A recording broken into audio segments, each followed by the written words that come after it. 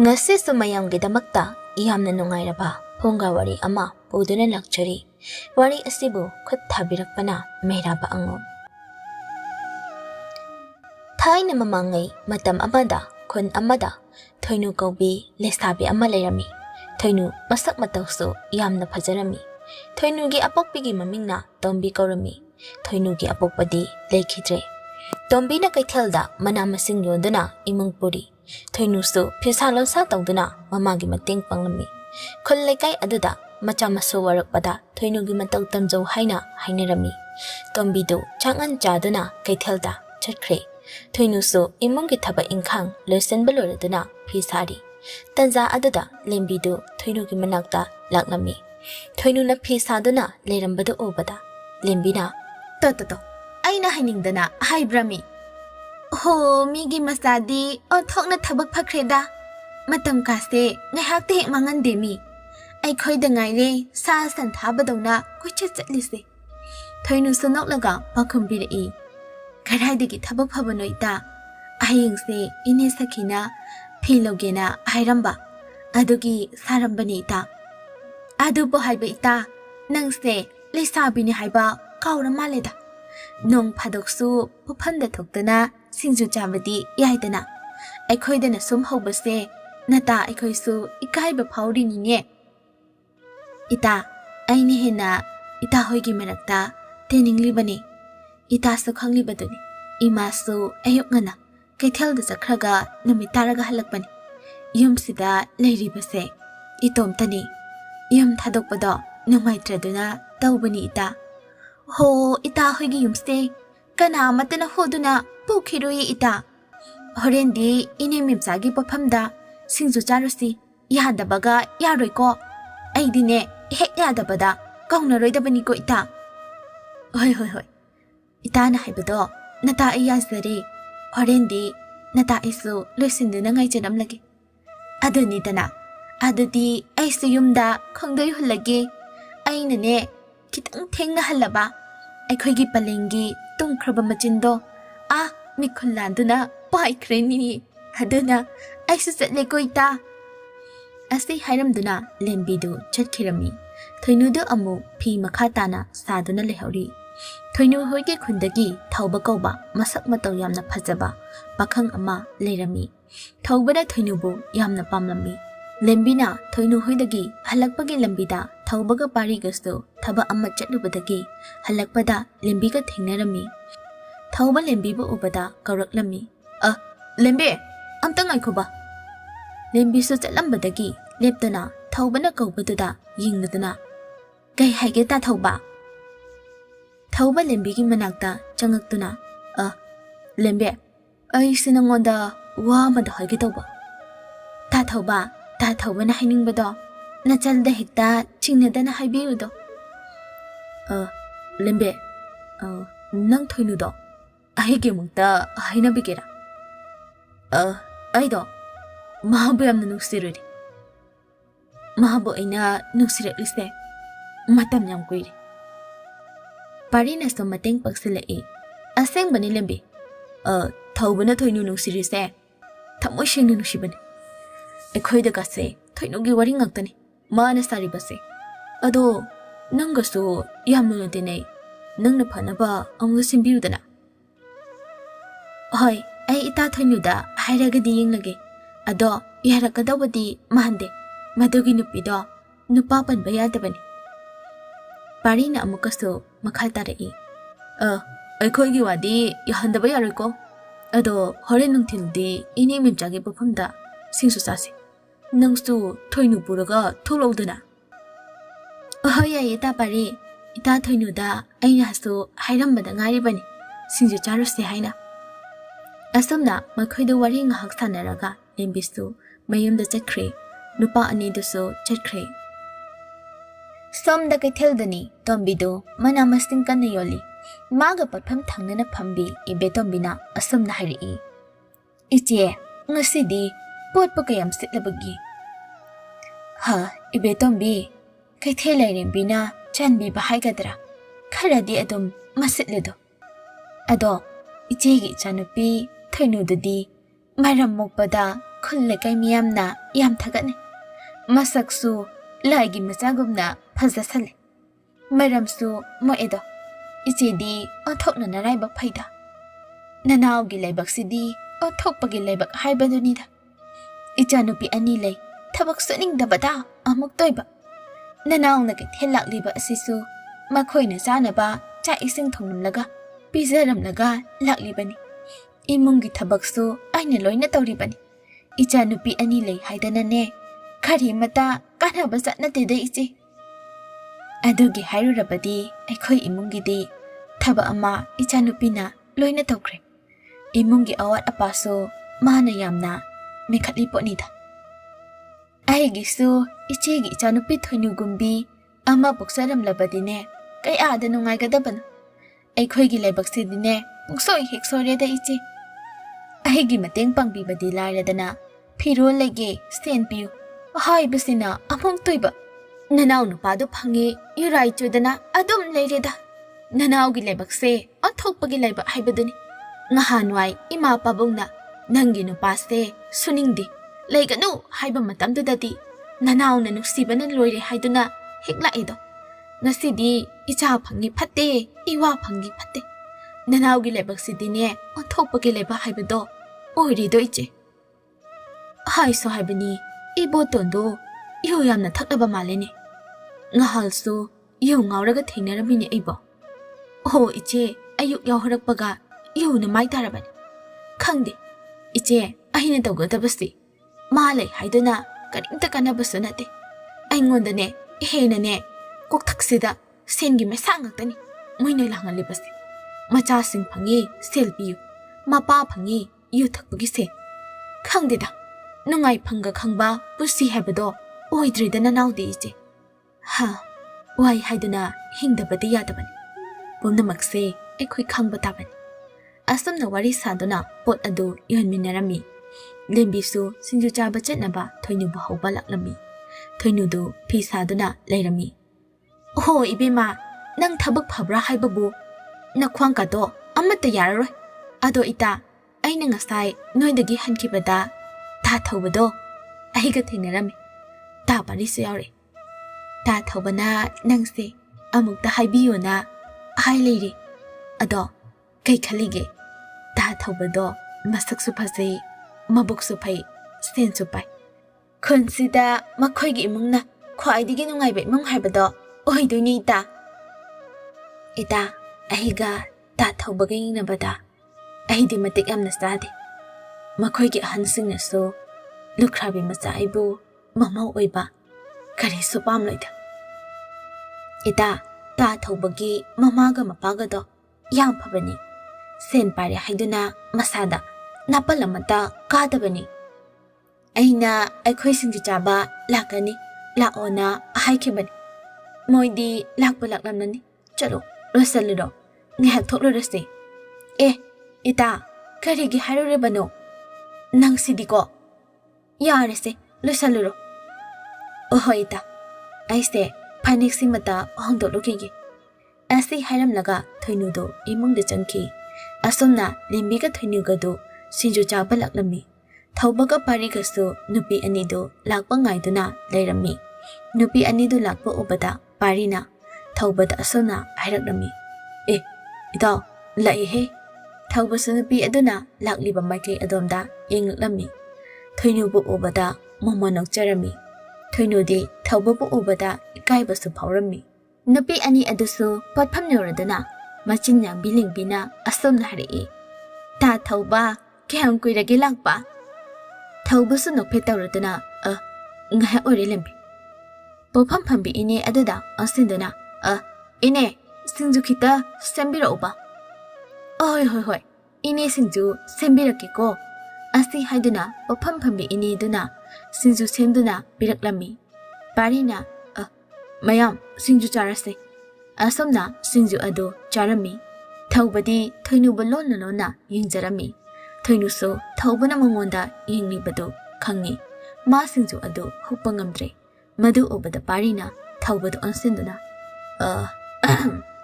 yareda khara yingadi nangi khuying aduda ichal thunuse ꯁꯤꯡꯖꯨ ꯍꯨꯛꯄ ꯐꯥꯎ ꯉꯝꯗ꯭ꯔꯦꯃꯤ ꯍꯣ ꯀꯣꯟꯅ ꯌꯦꯡꯂꯣ ꯁꯤꯡꯖꯨꯁꯦ ꯍꯥꯟꯅ ꯑꯝꯇ ꯆꯥꯔꯣ ꯄꯥꯔꯤꯅ ꯍꯥꯏꯔꯛꯂꯤꯕꯗꯨ ꯇꯥꯕꯗ ꯊꯧꯕ ꯑꯗꯨ ꯏꯀꯥꯏꯔꯝꯃꯤ ꯊꯣꯏꯅꯨꯁꯨ ꯏꯀꯥꯏꯕ ꯐꯥꯎꯔꯝꯃꯤ ꯑꯁꯨꯝꯅ ꯁꯤꯡꯖꯨ ꯆꯥꯕ ꯂꯣꯏꯔꯗꯨꯅ ꯃꯈꯣꯏꯗꯨ ꯄꯣꯐꯝ ꯑꯗꯨꯗꯒꯤ ꯊꯣꯛꯂꯛꯇꯨꯅ ꯆꯤꯡꯌꯥꯗ ꯂꯥꯛꯏ ꯂꯦꯝꯕꯤꯅ ꯏꯇꯥ ꯅꯣꯏ ꯑꯅꯤ ꯋꯥꯔꯤ ꯁꯥꯟꯅꯔꯝꯃꯨ ꯇꯥ ꯄꯥꯔꯤ ꯑꯩꯈꯣꯏ ꯑꯅꯤ ꯑꯁ꯭ꯋꯥꯏꯗ ꯂꯩꯔꯨꯔꯁꯤ ꯑꯁꯤ ꯍꯥꯏꯔꯝꯃꯒ ꯄꯥꯔꯤꯒ ꯂꯦꯝꯕꯤꯒꯗꯨ ꯆꯠꯈꯤꯔꯝꯃꯤ ꯊꯧꯕ ꯊꯣꯏꯅꯨꯗ ꯌꯦꯡꯗꯨꯅ ꯑꯁꯨꯝꯅ ꯍꯥꯏꯔꯛꯏ ꯊꯣꯏꯅꯨ ꯑꯩꯅ ꯂꯦꯝꯕꯤꯗ ꯅꯪꯉꯣꯟꯗ ꯍꯥꯏꯕꯤꯌꯨ ꯍꯥꯏꯗꯨꯅ ꯋꯥ ꯈꯔ ꯍꯥꯏꯈꯤꯕꯅꯤ ꯊꯣꯏꯅꯨ ꯇꯞꯅ ꯍꯥꯏꯔꯛꯏ ꯇꯥ ꯊꯧꯕ ꯊꯣꯏꯅꯨ ꯅꯪꯒꯤ ꯄꯥꯎꯈꯨꯝ ꯑꯃꯗꯤ ꯄꯥꯝꯃꯤ ꯑꯩꯅ ꯅꯪꯕꯨ ꯈꯟꯖꯔꯛꯂꯤꯕꯁꯦ ꯃꯇꯝ ꯌꯥꯝꯅ ꯀꯨꯏꯔꯦ ꯅꯪ ꯂꯥꯟꯅꯗꯤ ꯈꯟꯒꯅꯨ ꯑꯩ ꯅꯪꯕꯨ ꯌꯥꯝꯅ ꯅꯨꯡꯁꯤꯌꯦ ꯊꯣꯏꯅꯨ ꯇꯥ ꯊꯧꯕꯅ ꯑꯩꯕꯨ ꯅꯨꯡꯁꯤꯕꯤꯔꯝꯕ ꯅꯆꯜꯒꯤꯗꯤ ꯂꯥꯏꯕꯛ ꯐꯕꯅꯤ ꯑꯗꯨꯕꯨ ꯇꯥ ꯊꯧꯕ ꯑꯩꯍꯥꯛꯇꯤ ꯏꯃꯥ ꯂꯨꯈ꯭ꯔꯥꯕꯤꯅ ꯌꯣꯛꯄꯤꯔꯛꯄꯅꯤ ꯇꯥ ꯊꯧꯕꯒꯤꯅꯤ ꯍꯥꯏꯕꯗ ꯃꯇꯤꯛ ꯌꯥꯝꯅ ꯆꯥꯗꯦ ꯑꯗꯨꯅ ꯇꯥ ꯊꯧꯕꯒ ꯆꯥꯟꯅꯒꯗꯕ ꯑꯃ ꯑꯣꯏꯅ ꯌꯦꯡꯕꯤꯕꯅ ꯐꯒꯅꯤ ꯊꯣꯏꯅꯨ ꯑꯩꯒꯤ ꯑꯣꯏꯕꯗ ꯈ꯭ꯋꯥꯏꯗꯒꯤ ꯃꯇꯤꯛ ꯆꯥꯕꯗꯤ ꯅꯍꯥꯛꯅꯤ ꯅꯪꯉꯣꯟꯗꯒꯤ ꯍꯦꯟꯅ ꯃꯇꯤꯛ ꯆꯥꯕ ꯅꯨꯄꯤ ꯑꯃꯃꯨꯛ ꯃꯥꯂꯦꯝ ꯑꯁꯤꯗ ꯂꯩꯔꯝꯂꯔꯣꯏ ꯀꯔꯤꯒꯨꯝꯕ ꯅꯍꯥꯛꯅ ꯑꯩꯒꯤ ꯑꯣꯏꯕ ꯐꯪꯖꯔꯕ ꯑꯩꯍꯥꯛ ꯑꯁꯦ ꯈ꯭ꯋꯥꯏꯗꯒꯤ ꯂꯥꯏꯕꯛ ꯐꯕ ꯃꯤꯁꯛ ꯑꯃ ꯍꯥꯏꯕꯗꯣ ꯑꯩꯍꯥꯛ ꯑꯣꯏꯒꯅꯤ ꯑꯗꯨꯒ ꯀꯔꯤꯒꯨꯝꯕ ꯅꯪꯅ ꯑꯩꯒꯤ ꯑꯣꯏꯕ ꯐꯪꯗ꯭ꯔꯕ ꯑꯩꯍꯥꯛꯄꯨ ꯂꯥꯏꯕꯛ ꯊꯤꯕ ꯃꯥꯂꯦꯝ ꯑꯁꯤꯗ ꯑꯅꯤ ꯁꯨꯅ ꯂꯩꯔꯝꯃꯤ ꯊꯣꯏꯅꯨꯁꯨ ꯊꯧꯕꯒꯤ ꯋꯥꯗꯨ ꯇꯥꯕꯗ ꯊꯣꯏꯅꯨꯁꯨ ꯊꯧꯕꯅ ꯅꯨꯡꯁꯤ ꯍꯥꯏꯔꯤꯕ ꯑꯗꯨꯗ ꯌꯥꯔꯝꯃꯤ ꯊꯧꯕ ꯊꯣꯏꯅꯨꯅ ꯌꯥꯔꯛꯄ ꯑꯗꯨꯗ ꯌꯥꯝꯅ ꯍꯔꯥꯎꯔꯝꯃꯤ ꯑꯁꯨꯝꯅ ꯅꯨꯃꯤꯠ ꯑꯁꯤꯗꯒꯤ ꯊꯣꯏꯅꯨꯒ ꯊꯧꯕꯒ ꯅꯨꯡꯁꯤꯅꯔꯝꯃꯤ ꯃꯇꯝꯅ ꯑꯁꯨꯝ ꯍꯧꯈꯤꯕꯅ ꯊꯣꯏꯅꯨꯒ ꯊꯧꯕꯒꯁꯨ ꯂꯨꯍꯣꯡꯂꯝꯃꯤ ꯌꯨꯝꯗꯨꯗ ꯊꯣꯏꯅꯨꯅ ꯂꯨꯍꯣꯡꯗꯨꯅ ꯂꯥꯛꯄ ꯏꯀꯨꯏ ꯀꯨꯏꯗꯅ ꯊꯧꯕꯒꯤꯅ ꯃꯃꯥ ꯊꯣꯏꯅꯨꯒꯤꯅ ꯃꯅꯦꯝ ꯊꯥꯕ ꯑꯗꯨ ꯌꯥꯝꯅ ꯀꯟꯅ ꯅꯥꯔꯝꯃꯤ ꯑꯃꯥꯏꯕ ꯑꯃꯥꯏꯕꯤ ꯀꯧꯗꯨꯅ ꯌꯦꯡꯂꯕꯁꯨ ꯐꯕ ꯀꯧꯕ ꯂꯩꯔꯝꯗꯦ ꯃꯇꯝ ꯈꯔ ꯍꯤꯡꯗꯨꯅ ꯂꯩꯔꯝꯂꯒ ꯊꯥꯕ ꯑꯗꯨ ꯇꯥꯏꯕꯪꯄꯥꯜ ꯑꯁꯤ ꯊꯥꯗꯣꯛꯇꯨꯅ ꯆꯠꯈꯤꯔꯝꯃꯤ ꯄꯤꯁꯛꯁꯨ ꯃꯥꯒꯤ ꯅꯨꯄꯤ ꯂꯩꯇ꯭ꯔꯕꯗ ꯃꯊꯋꯥꯏ ꯑꯗꯣ ꯌꯥꯝꯅ ꯅꯨꯡꯉꯥꯏꯖꯔꯝꯗꯦ ꯊꯣꯏꯅꯨ ꯃꯀꯣꯒꯤ ꯃꯅꯥꯛꯇ ꯆꯪꯉꯛꯇꯨꯅ ꯕꯥꯕꯥ ꯆꯥꯛ ꯂꯣꯏꯔꯦ ꯆꯥꯛ ꯊꯥꯡꯗꯣꯛꯆꯔꯝꯂꯒꯦ ꯆꯥꯛ ꯂꯣꯏꯔꯦ ꯍꯥꯏꯕ ꯊꯥꯡꯗꯣꯛꯂꯝꯃꯣ ꯏꯄꯥ ꯆꯪꯂꯛꯂꯒꯦ ꯑꯍꯣꯏ ꯕꯥꯕꯥ ꯊꯣꯏꯅꯨꯗꯣ ꯏꯃꯨꯡꯗ ꯆꯪꯈꯤꯔꯝꯃꯤ ꯄꯤꯁꯛꯁꯨ ꯏꯃꯨꯡꯗ ꯆꯪꯉꯛꯏ ꯄꯤꯁꯛꯁꯨ ꯆꯥꯛ ꯆꯥꯅꯕ ꯍꯥꯏꯗꯨꯅ ꯐꯝꯂꯝꯃꯤ ꯊꯣꯏꯅꯨꯅ ꯆꯥꯛ ꯑꯗꯨ ꯊꯥꯡꯖꯤꯜꯂꯛꯏ ꯄꯤꯁꯛꯅ ꯏꯃꯧ ꯏꯕꯦꯝꯃ ꯀꯔꯤ ꯍꯦꯟꯖꯥꯡꯅꯣꯅꯦ ꯑꯩꯈꯣꯏꯒꯤꯁꯤꯕꯣ ꯕꯥꯕꯥ ꯉꯀ꯭ꯔꯥꯒ ꯁꯣꯏꯕꯨꯝꯒ ꯊꯣꯡꯕꯅꯤ ꯕꯥꯕꯥ ꯉꯀ꯭ꯔꯥꯒ ꯁꯣꯏꯕꯨꯝꯒ ꯊꯣꯡꯕꯅꯤ ꯍꯥꯏꯕꯗꯨꯗ ꯄꯤꯁꯛ ꯅꯨꯡꯉꯥꯏꯇꯅ ꯅꯃꯥꯗꯣ ꯉꯀ꯭ꯔꯥꯒ ꯁꯣꯏꯕꯨꯝꯒ ꯊꯣꯡꯕ ꯌꯥꯝꯅ ꯄꯥꯝꯕꯅꯤ ꯃꯥꯅ ꯇꯥꯏꯕꯪꯄꯥꯜ ꯊꯥꯗꯣꯛꯂꯝꯗꯥꯏꯗ ꯉꯀ꯭ꯔꯥꯒ ꯁꯣꯏꯕꯨꯝꯒ ꯊꯣꯡꯕ ꯆꯥꯒꯦ ꯍꯥꯏꯗꯨꯅ ꯑꯩꯉꯣꯟꯗ ꯍꯥꯏꯔꯝꯕꯅꯤꯅꯦ ꯑꯩꯅ ꯅꯥꯕ ꯐꯔꯒ ꯆꯥꯎ ꯍꯥꯏꯗꯨꯅ ꯄꯤꯖꯈꯤꯗꯕꯅꯤꯅꯦ ꯅꯃꯥꯗꯣ ꯑꯁꯤ ꯍꯥꯏꯔꯒ ꯄꯤꯁꯛ ꯑꯗꯣ ꯃꯃꯤꯠꯇꯒꯤ ꯃꯄꯤ ꯇꯥꯔꯛꯏ ꯃꯀꯨꯒꯤ ꯃꯇꯧꯗꯨ ꯎꯕꯗ ꯊꯣꯏꯅꯨꯁꯨ ꯅꯨꯡꯉꯥꯏꯖꯔꯝꯗꯦ ꯄꯤꯁꯛ ꯋꯥ ꯃꯈꯥ ꯇꯥꯔꯛꯏ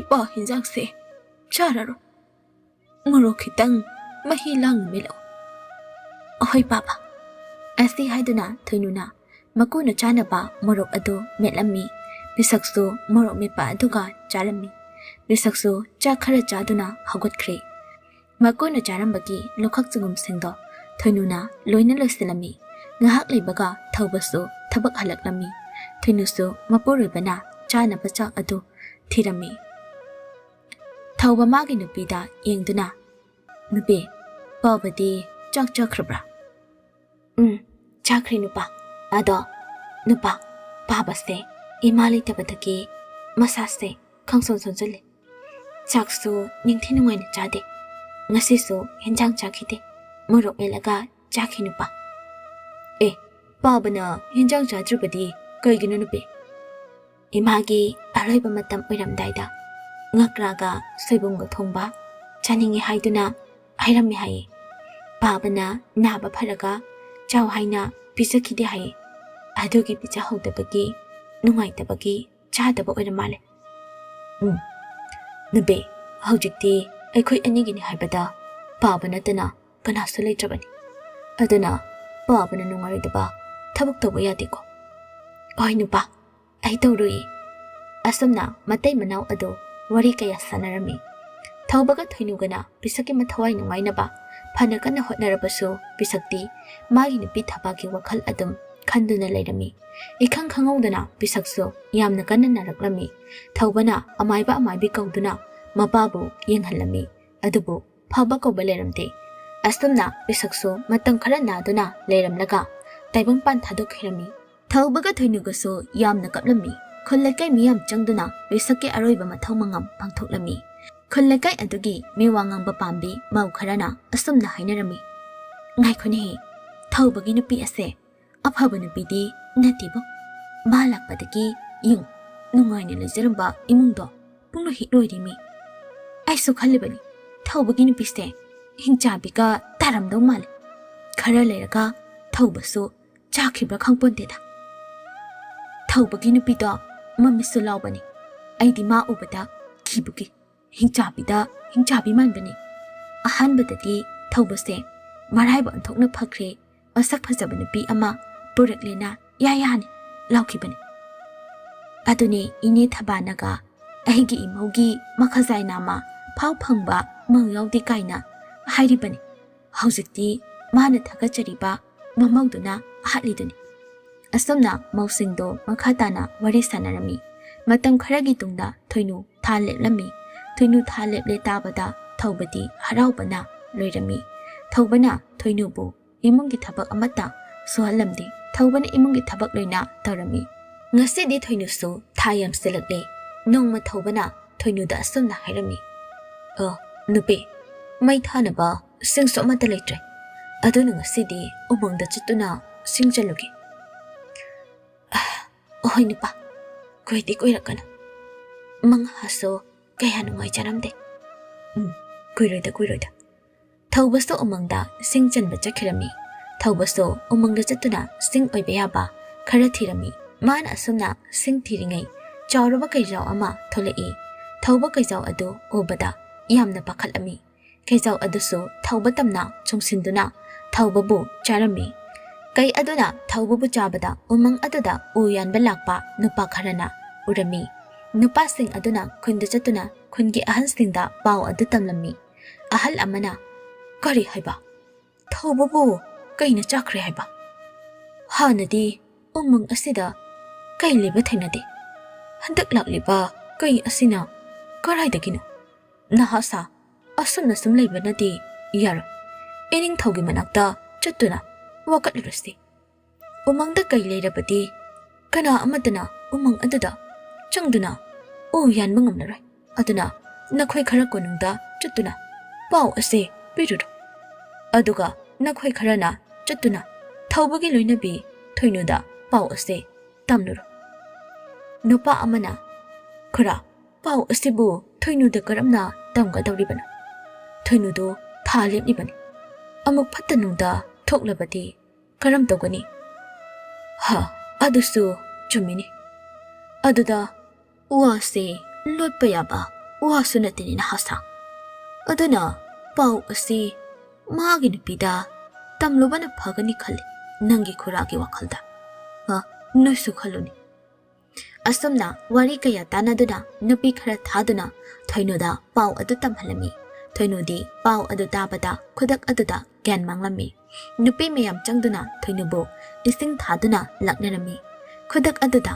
ꯊꯣꯏꯅꯨꯗꯨ ꯑꯉꯥꯡ ꯅꯨꯄꯥ ꯑꯃ ꯎꯅꯔꯝꯃꯤ ꯈꯨꯟ ꯑꯗꯨꯒꯤ ꯃꯤꯋꯥ ꯉꯥꯡꯕ ꯄꯥꯝꯖꯕꯤ ꯃꯧꯁꯤꯡ ꯑꯗꯨꯗꯤ ꯊꯣꯏꯅꯨꯕꯨ ꯍꯤꯡꯆꯥꯕꯤꯅꯤ ꯍꯥꯏꯗꯨꯅ ꯍꯥꯏꯅꯔꯝꯃꯤ ꯄꯣꯠꯐꯝꯗꯅꯤ ꯃꯈꯣꯏ ꯃꯧ ꯈꯔꯅ ꯑꯁꯨꯝꯅ ꯍꯥꯏꯔꯝꯃꯤ ꯉꯥꯏꯈꯣꯅꯤꯍꯦ ꯃꯥꯒꯤ ꯊꯣꯏꯅꯨꯁꯦ ꯃꯍꯤ ꯃꯌꯥꯏ ꯌꯥꯝꯅ ꯀꯜꯂꯤꯀꯣ ꯃꯥꯅ ꯌꯨꯝ ꯑꯗꯨꯗ ꯍꯦꯛ ꯂꯥꯛꯄꯗꯒꯤ ꯃꯤꯒꯤ ꯅꯨꯡꯉꯥꯏꯅ ꯂꯩꯔꯝꯕ ꯏꯃꯨꯡꯗꯣ ꯄꯨꯡꯂꯣꯏ ꯍꯦꯛꯂꯨꯔꯦꯗꯅ ꯃꯅꯦ ꯃꯀꯨ ꯆꯥꯕꯗꯒꯤ ꯍꯦꯟꯗꯣꯔꯛꯇꯅ ꯌꯦꯡꯉꯨ ꯃꯄꯨꯔꯣꯏꯕ ꯐꯥꯎꯕ ꯆꯥꯔꯤꯕꯤꯅꯤ ꯃꯤ ꯑꯗꯨꯅꯤ ꯃꯆꯥꯅꯨꯄꯥꯁꯤꯁꯨ ꯁꯣꯏꯔꯔꯣꯏ ꯆꯥꯈ꯭ꯔꯅꯤ ꯑꯩꯗꯤ ꯊꯣꯏꯅꯨ ꯎꯕꯗꯅꯦ ꯈꯤꯕꯕꯨ ꯐꯥꯎꯔꯤꯗ ꯏꯕꯦꯝꯃ ꯑꯩꯈꯣꯏꯁꯨ ꯑꯃꯨꯛ ꯆꯥꯊꯣꯛꯈ꯭ꯔꯕꯗꯤ ꯀꯃꯥꯏ ꯇꯧꯅꯤ ꯑꯁꯨꯝꯅ ꯃꯧꯁꯤꯡ ꯑꯗꯣ ꯊꯣꯏꯅꯨꯒꯤ ꯃꯔꯝꯗ ꯐꯠꯇ ꯐꯠꯇꯕ ꯋꯥꯔꯤ ꯃꯌꯥꯝ ꯑꯃ ꯁꯥꯟꯅꯔꯝꯃꯤ꯫ ꯊꯣꯏꯅꯨꯅ ꯃꯆꯥꯅꯨꯄꯥ ꯑꯗꯨꯒꯤ ꯃꯃꯤꯡ ꯄꯥꯔꯤ ꯍꯥꯏꯅ ꯀꯧꯔꯝꯃꯤ꯫ ꯊꯣꯏꯅꯨ ꯈꯨꯜ ꯂꯩꯀꯥꯏ ꯃꯤꯌꯥꯝꯅ ꯃꯥꯒꯤ ꯃꯔꯝꯗ ꯉꯥꯡꯅꯔꯤꯕꯗꯣ ꯃꯥꯁꯨ ꯇꯥꯔꯝꯃꯤ꯫ ꯑꯗꯨꯕꯨ ꯊꯣꯏꯅꯨ ꯄꯤꯛꯂꯤꯕ ꯃꯆꯥꯒꯤ ꯈꯟꯗꯨꯅ ꯍꯤꯡꯕ ꯇꯥꯔꯝꯃꯤ꯫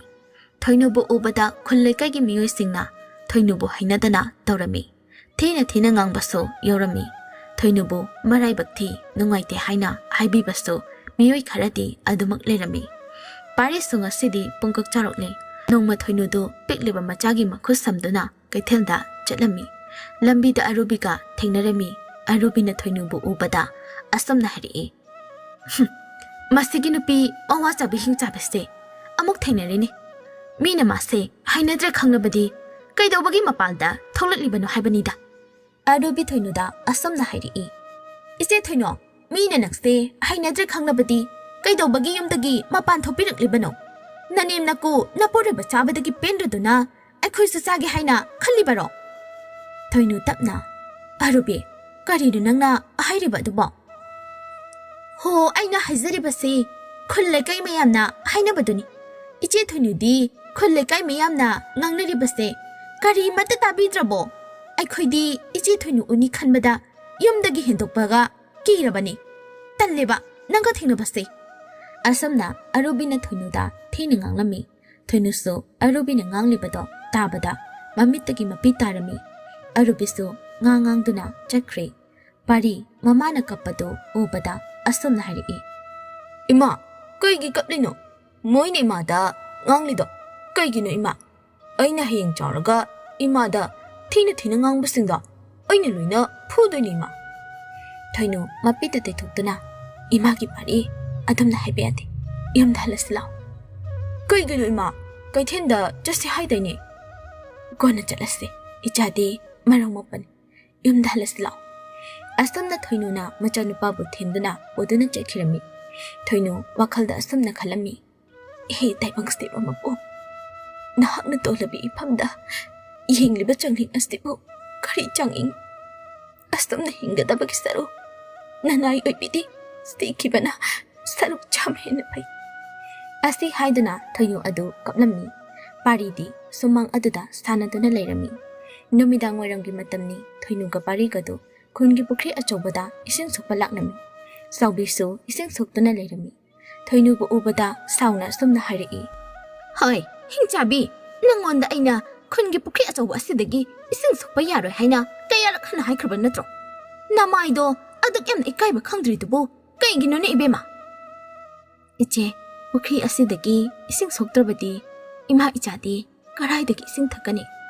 ꯍꯥꯏ, ꯎꯃꯪꯗ ꯂꯩꯔꯤꯕ ꯄꯨꯈ꯭ꯔꯤ ꯑꯗꯨꯗꯒꯤ ꯁꯣꯛꯂꯨ ꯆꯠꯂꯣ꯫ ꯃꯐꯝ ꯑꯁꯤꯗꯒꯤ ꯏꯁꯤꯡ ꯁꯣꯛꯄ ꯁꯨꯡꯌꯥ ꯌꯥꯔꯣꯏ ꯍꯥꯏꯔꯤꯕꯁꯤꯅꯤ꯫ ꯏꯆꯦ, ꯎꯃꯪꯗ ꯂꯩꯔꯤꯕ ꯄꯨꯈ꯭ꯔꯤ ꯑꯗꯨꯗꯤ ꯏꯁꯤꯡ ꯌꯥꯝꯅ ꯅꯩ꯫ ꯃꯇꯧ ꯀꯔꯝꯅ ꯄꯨꯈ꯭ꯔꯤ ꯑꯗꯨꯗꯒꯤ ꯏꯁꯤꯡ ꯊꯛꯀꯗꯧꯔꯤꯕꯅꯣ? ꯏꯁꯤꯡ ꯑꯗꯨ ꯊꯛꯂꯕꯗꯤ ꯏꯆꯥꯁꯦ ꯁꯣꯏꯗꯅ ꯅꯥꯕ ꯇꯥꯔꯦ꯫ ꯃꯆꯥ ꯑꯁꯤꯒꯤ ꯈꯟꯕꯒꯁꯨ ꯁꯥꯔꯤꯅꯦ꯫ ꯈꯔꯗ ꯉꯥꯏꯔꯦ ꯅꯆꯥ ꯑꯁꯤꯁꯨ ꯅꯪꯅ ꯆꯥꯒꯗꯕ꯫ ꯍꯤꯡꯆꯥꯕꯤ ꯅꯪꯒ ꯉꯥꯡꯅꯔꯤꯉꯩ ꯅꯨꯃꯤꯠ ꯇꯥꯕꯅ ꯍꯥꯟꯈꯤꯕ ꯇꯥꯔꯦ꯫ ꯑꯁꯤ ꯍꯥꯏꯗꯨꯅ ꯆꯥꯎꯕꯤ ꯑꯗꯨ ꯆꯠꯈꯤꯔꯝꯃꯤ꯫ ꯄꯥꯔꯤꯁꯨ ꯆꯥꯎꯕꯤꯅ ꯃꯃꯥꯗ ꯊꯤꯅ ꯊꯤꯅ ꯉꯥꯡꯂꯤꯕꯗꯣ ꯄꯥꯔꯤꯁꯨ ꯇꯥꯔꯝꯃꯤ꯫ ꯄꯥꯔꯤꯅ ꯃꯃꯥꯗ ꯑꯁꯨꯝꯅ ꯍꯥꯏꯔꯝꯃꯤ, ꯏꯃꯥ, ꯀꯩꯒꯤꯅꯣ ꯃꯣꯏꯅ ꯏꯃꯥꯗ ꯊꯤꯅ ꯊꯤꯅ ꯉꯥꯡꯂꯤꯕꯁꯦ? ꯏꯃꯥ, ꯃꯣꯏꯁꯦ ꯌꯥꯝ ꯐꯠꯇꯦꯀꯣ? ꯄꯥꯔꯤ, ꯑꯗꯨꯝꯅ ꯍꯥꯏꯒꯅꯨ꯫ ꯅꯪ ꯑꯗꯨꯗ ꯂꯦꯞꯄꯣ, ꯏꯃꯥ ꯏꯁꯤꯡ ꯁꯣꯛꯂꯨꯒꯦ, ꯑꯗꯨꯒ ꯌꯨꯝꯗ ꯍꯜꯂꯒ ꯆꯥꯛ ꯊꯣꯡꯅꯕ꯫ ꯑꯁꯤ ꯍꯥꯏꯗꯨꯅ ꯊꯣꯏꯅꯨ ꯄꯨꯈ꯭ꯔꯤ ꯑꯗꯨꯗ ꯀꯨꯝꯗꯨꯅ ꯏꯁꯤꯡ ꯁꯣꯛꯂꯝꯃꯤ꯫ ꯏꯁꯤꯡ ꯁꯣꯛꯄ ꯂꯣꯏꯔꯗꯨꯅ ꯃꯃꯥ ꯃꯆꯥ ꯃꯌꯨꯝ ꯇꯝꯅ ꯂꯥꯛꯂꯝꯃꯤ꯫ ꯈꯨꯜ ꯑꯗꯨꯒꯤ ꯅꯨꯄꯤꯗ ꯆꯣꯞꯄ ꯂꯨꯈꯣꯏ ꯑꯗꯨ ꯂꯝꯕꯤꯗ ꯊꯦꯡꯅꯔꯝꯃꯤ꯫ ꯂꯨꯈꯣꯏ ꯊꯣꯏꯅꯨꯕꯨ ꯎꯕꯗ ꯅꯣꯛꯃꯤ ꯅꯣꯛꯃꯤ ꯇꯧꯗꯨꯅ ꯑꯁꯨꯝꯅ ꯍꯥꯏꯔꯛꯏ, ꯑꯩ ꯊꯣꯏꯅꯨ, ꯅꯪꯕꯨ ꯏꯁꯤꯡ ꯁꯣꯛꯂꯨꯏꯔꯣ? ꯊꯣꯏꯅꯨꯁꯨ ꯂꯨꯈꯣꯏꯒꯤ ꯃꯔꯝꯗ ꯈꯪꯕꯅ ꯃꯁꯥꯗ ꯍꯩꯅꯗꯕ ꯐꯥꯎꯔꯝꯃꯤ꯫ ꯑꯗꯨꯕꯨ ꯃꯤꯅ ꯀꯧꯔꯛꯂꯕꯅꯤꯅ ꯈꯨꯝꯗ ꯌꯥꯗꯗꯅ ꯈꯨꯝꯂꯛꯏ, ꯍꯣꯏ ꯗꯥꯗꯥ꯫ ꯊꯣꯏꯅꯨ, ꯅꯪꯁꯦ ꯍꯧꯖꯤꯛ ꯐꯥꯎꯕ ꯐꯖꯕ ꯍꯟꯗ꯭ꯔꯤ꯫ ꯑꯗꯣ ꯊꯣꯏꯅꯨ, ꯅꯪ ꯅꯃꯥ ꯅꯆꯥꯗꯪ ꯌꯨꯝ ꯑꯗꯨꯗ ꯇꯔꯛ ꯂꯩꯕꯗꯣ ꯅꯨꯡꯉꯥꯏꯕ꯭ꯔꯣ? ꯅꯪꯅꯕꯨ ꯌꯥꯔꯕꯗꯤ ꯑꯩꯈꯣꯏꯗ ꯅꯨꯡꯉꯥꯏꯅ ꯂꯩꯖꯔꯨ ꯂꯥꯎꯅꯦ꯫ ꯅꯆꯥ ꯑꯁꯤꯁꯨ ꯑꯩꯈꯣꯏꯗ ꯂꯩꯖꯅꯤ꯫ ꯊꯣꯏꯅꯨ ꯈꯔ ꯁꯥꯎꯅ, ꯇꯥꯗꯥ, ꯀꯩꯅꯣ ꯇꯥꯗꯅ ꯍꯥꯏꯕꯤꯔꯤꯕ ꯑꯗꯨꯕꯣ? ꯑꯩꯒꯤ ꯀꯅꯥ ꯂꯩꯇ꯭ꯔꯦ ꯍꯥꯏꯗꯨꯅ ꯑꯩꯕꯨ ꯎꯁꯤꯠꯇ꯭ꯔꯤꯕꯔꯥ? ꯊꯣꯏꯅꯨ, ꯇꯥꯗꯅ ꯍꯥꯏꯔꯤꯕ ꯑꯁꯤ ꯅꯪꯕꯨ ꯎꯁꯤꯠꯇꯕ ꯅꯠꯇꯦꯅꯦ. ꯅꯃꯥꯅ ꯆꯥꯒꯤꯅ ꯇꯧꯗꯨ ꯅꯨꯡꯉꯥꯏꯇ꯭ꯔꯗꯨꯅ ꯍꯥꯏꯕꯅꯤꯅꯦ. ꯈꯨꯟ ꯑꯁꯤꯗ ꯁꯦꯟ ꯄꯥꯏꯕꯗ ꯂꯨꯈꯣꯏ ꯍꯥꯏꯅ ꯍꯥꯏꯅꯔꯤꯕꯅꯤ. ꯅꯪꯅ ꯑꯩꯉꯣꯟꯗ ꯂꯩꯔꯕꯗꯤ ꯑꯩꯒꯤ ꯂꯩꯔꯤꯕ ꯂꯟ ꯊꯨꯝ ꯃꯌꯥꯝꯁꯦ ꯅꯪꯉꯣꯟꯗ ꯂꯣꯏꯅ ꯄꯤꯗꯣꯔꯤꯕꯅꯤ. ꯇꯥꯗꯒꯤ ꯂꯟ ꯊꯨꯝ ꯃꯌꯥꯝꯗꯣ ꯅꯥꯆꯜꯗ ꯑꯝꯇ ꯄꯥꯝꯖꯗꯦ. ꯑꯩ ꯍꯟꯖꯔꯝꯂꯒꯦ. ꯇꯥꯗ ꯂꯩꯕꯤꯍꯧꯈꯤꯗ꯭ꯔꯥ? ꯑꯉꯥꯡꯁꯦ ꯆꯥꯛ ꯊꯦꯡꯈ꯭ꯔꯅꯤ. ꯑꯁꯤ ꯍꯥꯏꯔꯝꯗꯨꯅ ꯊꯣꯏꯅꯨꯗꯨ ꯃꯆꯥꯕꯨ ꯄꯨꯗꯨꯅ ꯆꯠꯈꯤꯔꯝꯃꯤ. ꯑꯁꯨꯝꯅ ꯃꯇꯝ ꯈꯔ ꯍꯧꯈꯤ. ꯅꯣꯡꯃ ꯊꯣꯏꯅꯨꯒꯤ ꯌꯨꯝꯗ ꯂꯥꯏꯅꯤꯡꯕ ꯑꯍꯜ ꯑꯃ ꯂꯥꯛꯂꯝꯃꯤ. ꯂꯥꯏꯅꯤꯡꯕ ꯑꯍꯜ ꯑꯗꯨ ꯃꯄꯥꯟꯗ ꯂꯦꯞꯇꯨꯅ ꯃꯤ ꯀꯧꯔꯝꯃꯤ. ꯊꯣꯏꯅꯨꯁꯨ ꯏꯃꯨꯡꯗꯒꯤ ꯃꯄꯥꯟꯗ ꯊꯣꯛꯂꯛꯏ. ꯂꯥꯏꯅꯤꯡꯕ ꯑꯍꯜ ꯑꯗꯨꯅ ꯊꯣꯏꯅꯨꯗ ꯑꯁꯨꯝꯅ ꯍꯥꯏꯔꯝꯃꯤ. ꯏꯕꯦꯝꯃ, ꯂꯝꯁꯥꯡ ꯂꯥꯛꯄꯒꯤ ꯌꯥꯝꯅ ꯋꯥꯔꯦ. ꯅꯄꯥꯗ ꯏꯁꯤꯡ ꯈꯤꯖꯤꯛꯇ ꯊꯛꯆꯒꯦꯕ. ꯏꯄꯥ ꯂꯥꯏꯅꯤꯡꯕ, ꯅꯆꯥ ꯏꯁꯤꯡ ꯄꯨꯊꯣꯛꯆꯔꯒꯦ. ꯉꯥꯏꯍꯥꯛ ꯂꯩꯕꯤꯔꯝꯃꯣ, ꯏꯄꯥ ꯂꯥꯏꯅꯤꯡꯕ. ꯑꯁꯤ ꯍꯥꯏꯗꯨꯅ ꯊꯣꯏꯅꯨ ꯏꯃꯨꯡꯗ ꯆꯪꯈꯤ. ꯉꯥꯏꯍꯥꯛ ꯂꯩꯕꯒ ꯊꯣꯏꯅꯨꯗꯨ ꯏꯁꯤꯡ ꯈꯨꯖꯥꯏ ꯑꯃ ꯄꯨꯗꯨꯅ ꯃꯄꯥꯟꯗ ꯊꯣꯛꯂꯛꯏ. ꯄꯥꯔꯤꯁꯨ ꯌꯧꯔꯛꯏ. ꯊꯣꯏꯅꯨꯅ ꯏꯁꯤꯡ ꯌꯥꯎꯕ ꯈꯨꯖꯥꯏ ꯑꯗꯨ ꯂꯥꯏꯅꯤꯡꯕ ꯑꯍꯜ ꯑꯗꯨꯗ ꯄꯤꯔꯝꯃꯤ. ꯑꯍꯜ ꯑꯗꯨꯁꯨ ꯏꯁꯤꯡ ꯑꯗꯨꯕꯨ ꯂꯧꯗꯨꯅ ꯊꯛꯂꯝꯃꯤ. ꯂꯥꯏꯅꯤꯡꯕ ꯑꯍꯜ ꯑꯗꯨꯅ ꯑꯁꯨꯝꯅ ꯍꯥꯏꯔꯛꯏ. ꯏꯆꯥꯅꯨꯄꯤ, ꯏꯄꯥ ꯋꯥꯐꯝ ꯑꯃꯇ ꯍꯥꯏꯔꯝꯒꯦ. ꯀꯔꯤ ꯋꯥꯐꯝꯅꯣ ꯏꯄꯥ? ꯍꯥꯏꯕꯤꯌꯨꯗ ꯅꯆꯥꯗ. ꯅꯪꯒꯤ ꯅꯆꯥ ꯑꯁꯦ ꯈꯔ ꯆꯦꯛꯁꯤꯟꯅ ꯁꯦꯟꯅꯧ. ꯑꯩꯅ ꯌꯦꯡꯕꯗ ꯃꯍꯥꯛꯁꯦ ꯗꯁꯥ ꯑꯃ ꯏꯄꯥꯡ ꯄꯥꯡꯗꯦ. ꯂꯥꯏꯅꯤꯡꯕ ꯑꯍꯜ ꯑꯗꯨꯒꯤ ꯋꯥꯗꯨ ꯇꯥꯕꯗ ꯊꯣꯏꯅꯨꯗꯨ ꯄꯥꯈꯠꯂꯝꯃꯤ. ꯑꯗꯨꯗꯤ ꯏꯄꯥ ꯑꯃꯨꯛ ꯆꯠꯂꯨꯈꯤꯒꯦꯀꯣ.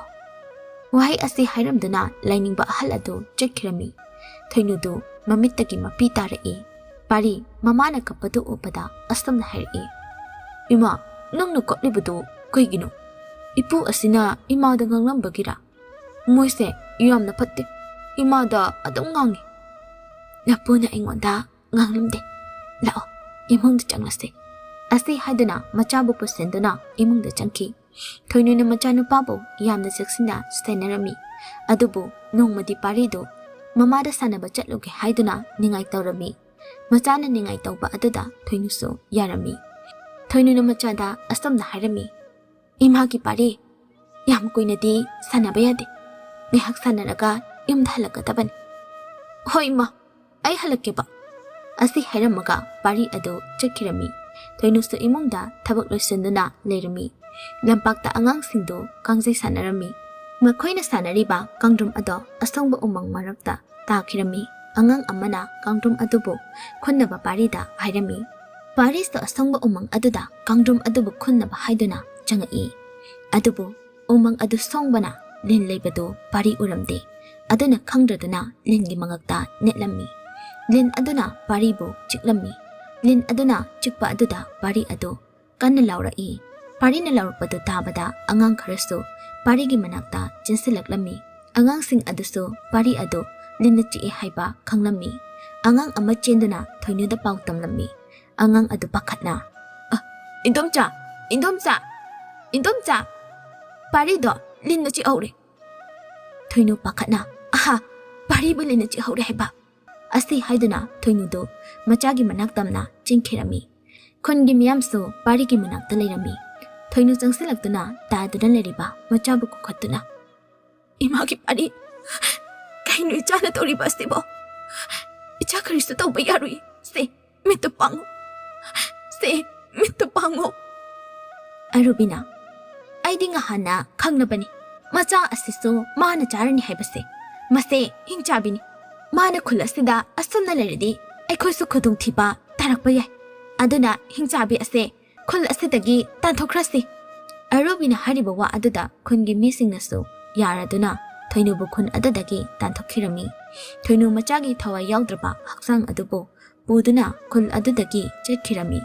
ꯃꯆꯥ ꯀꯥꯏꯅꯕꯒꯤ ꯃꯩꯆꯥꯛꯅ ꯉꯥꯎꯔꯕꯤ ꯃꯃꯥ ꯑꯗꯣ ꯑꯁꯝ ꯂꯥꯛꯄꯅ ꯎꯃꯪ ꯑꯃꯗ ꯂꯥꯛꯇꯨꯅ ꯃꯆꯥ ꯑꯗꯨꯕꯨ ꯊꯝꯗꯨꯅ ꯀꯞꯆꯔꯝꯃꯤ. ꯑꯍꯤꯡꯒꯤ ꯃꯇꯝꯅꯤ. ꯊꯣꯏꯅꯨꯅ ꯃꯆꯥꯕꯨ ꯀꯣꯟꯗꯨꯅ ꯀꯞꯂꯤꯕ ꯑꯁꯤ. ꯑꯁꯨꯝꯅ ꯅꯨꯃꯤꯠ ꯅꯤꯅꯤ ꯍꯨꯝꯅꯤ ꯍꯧꯈ꯭ꯔꯦ. ꯊꯣꯏꯅꯨ ꯃꯆꯥ ꯑꯗꯨ ꯀꯣꯟꯗꯨꯅ ꯀꯞꯂꯝꯃꯤ. ꯄꯥꯔꯤꯒꯤ ꯊꯋꯥꯏ ꯑꯗꯨꯅ ꯃꯃꯥꯕꯨ ꯀꯧꯔꯝꯃꯤ. ꯏꯃꯥ. ꯊꯣꯏꯅꯨ ꯀꯞꯂꯝꯕ ꯑꯗꯨ ꯃꯆꯥꯒꯤ ꯊꯋꯥꯏ ꯑꯗꯨꯅ ꯃꯍꯥꯛꯀꯤ ꯃꯤꯠꯃꯥꯡꯗ ꯂꯦꯞꯂꯕꯗ, ꯏꯃꯥꯒꯤ ꯄꯥꯔꯤ, ꯏꯆꯥ ꯍꯜꯂꯛꯂꯕ꯭ꯔꯥ? ꯂꯥꯛꯑꯣ, ꯏꯃꯥꯒꯤ ꯅꯥꯛꯇ ꯂꯥꯛꯑꯣ ꯄꯥꯔꯤ. ꯏꯆꯥꯕꯨ ꯄꯦꯟꯅ ꯀꯣꯟꯒꯦ ꯂꯥꯛꯑꯣ, ꯏꯃꯥꯒꯤ ꯄꯥꯔꯤ. ꯂꯥꯛꯑꯣ ꯏꯃꯥꯒꯤ ꯄꯥꯔꯤ. ꯏꯃꯥ, nasa imagi nakta halakle. Ima haujikti imada thina ngangkiba misingdo adugi mathakta nachana lamat khumlagadabani. Yumda chalasila oima. Aigi hakchangda mafamsida phumjilamu. Thoinu sauna khumgadabani. Makhoigi mathakta ichana laman khumgadabani. Ai soidana makhoigi mathakta laman khumgani. Thoinu na macha adubo umang aduda phumlami aduga mayumda halaklami. Mahangna halakpado Arubina urami. Arubina thoinu ki lambi thattuna astamna hairami. Hingsabi nang khulsida kaido balak libano. Nangonda khulgi ahansingna leibera hakibado. Kahurabo ichi bima may thabi. Nati ichi na makata na mung laglibasibu khungi miyamse loina sathoklagi khalibro. Arubina haribado karimata khumdabi thoinu ado chatkirami. Thoinu mayumda laktuna numit taba ngaiduna lerami. Numisa tari athengma matamni thoinu ado mapanda phamduna lerami. Thoinu gi masada asaba nuksit silaklami. Thoinu maithongda momon nongchai. Thoinu gi mitmangda pari ado leplaklami. Imagi pari nang lakledana. Ngasi ahing asida nandom cha aribibu hatlogadabani. Asni haiduna ngasai lakpada hairakpasingdo machada hairami. Ima aina indom cha arubibu hatkani. Asni haiduna pari ado chatkirami. Pari do arubigi mayumda laklami. Arubido tumduna lerami. Parina mapanda arubibu kaurami. Arubisu tumlambadagi haugatuna mamang thong ado hangduktuna thonglaklaga mahabu koribadu kanano haiduna inglami.